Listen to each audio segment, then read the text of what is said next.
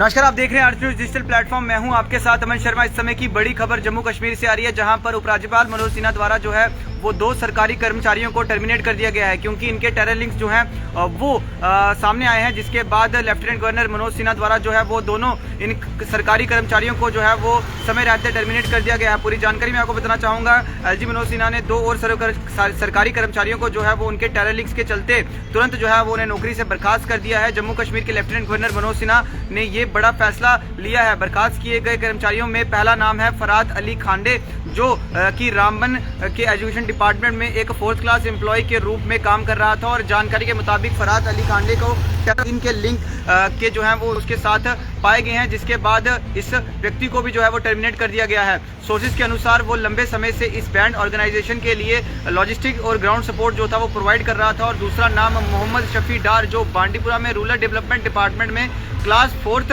Staffer के रूप में तैनात था। और इन्वेस्टिगेशन में पता चला है कि मोहम्मद शफी डार जो है वो उसके टेरर आउटफिट लश्कर तैयबा के साथ थे, और वो एक एक्टिव टेरर एसोसिएट के रूप में जो है वो काम कर रहा था। अथॉरिटीज ने बताया है कि दोनों कर्मचारियों को आर्टिकल 311(2)(c) के तहत बिना किसी डिपार्टमेंटल इंक्वायरी से जो है वो टर्मिनेट किया गया है, क्योंकि उनकी एक्टिविटीज देश के सुरक्षा के लिए खतरा जो है वो माना जा रहा था। खाना अपना देश का है, नौकरियां हमारे देश में लेनी है, और गुणगान जो है वो पाकिस्तान के करने और उनके टेरर आउटफिट्स के साथ मिलकर जो है वो देश के साथ गद्दारी करनी है। वही बात हो गई, जिस थाली में खाना उसी थाली में जो है ऐसे लोग छेद करते हैं। लेकिन एलजी मनोज सिन्हा की अगर बात करें, जब से उन्होंने पदभार जम्मू कश्मीर का संभाला है, तो ऐसे कोई भी कर्मचारी के जिनके टेरर लिंक सामने आते हैं तो उन्हें कर देते हैं। तो एक बड़ी कहेंगे एक बड़ी खबर है, और एक बड़ी सुरक्षा से जुड़ी हुई खबर थी, जहां पर ये कदम जो है वो लिया गया है एलजी मनोज सिन्हा द्वारा।